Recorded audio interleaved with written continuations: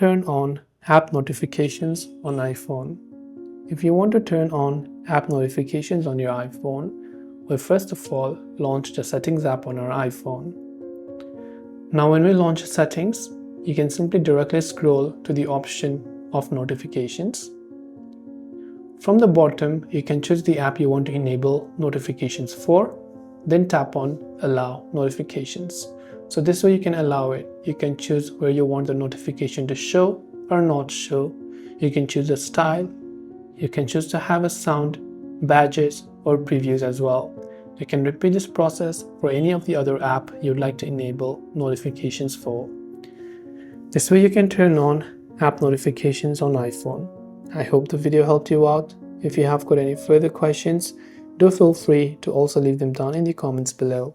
As always, thanks for watching till the very end and see you soon in the next video.